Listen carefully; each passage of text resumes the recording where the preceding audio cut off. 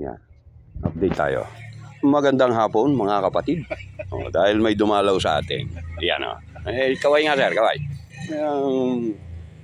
Na-miss ko tong taon to. Ito'y mahilig manggulo eh.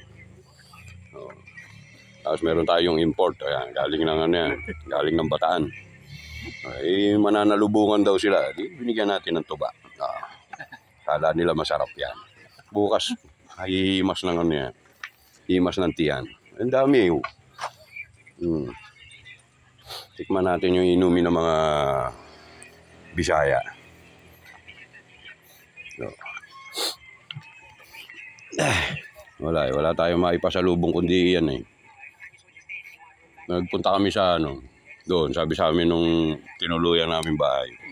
Sir, kuya, anong gusto niyo inumin? Red Doors, Pilsen, o MP? Sabi ko marami sa Maynila niyan eh. Ano ba iniinom niyo dito? Sabi niya, ay, tuba. Ayun!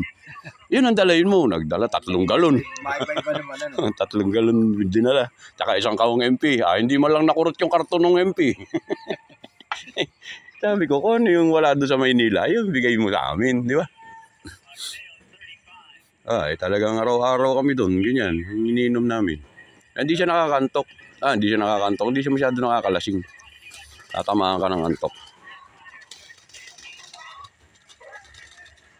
Itong mama ililinga-linga, hindi ko alam kung naghahanap to ng manok na masamang tumingin. Wala na masamang tumingin dyan. Na-orient na lahat yan. Ito naman. Pupugan siya, bago pa. Sa mga gustong dumalaw, marami pa yun. Malagay ko naman pagka naka-isang pitchel kayo dyan sumama na ang inyong tiyan uwi na kayo. Sige, hanggang dito na lang uli. Maganda! Lakasan mo! Maganda! Bayan!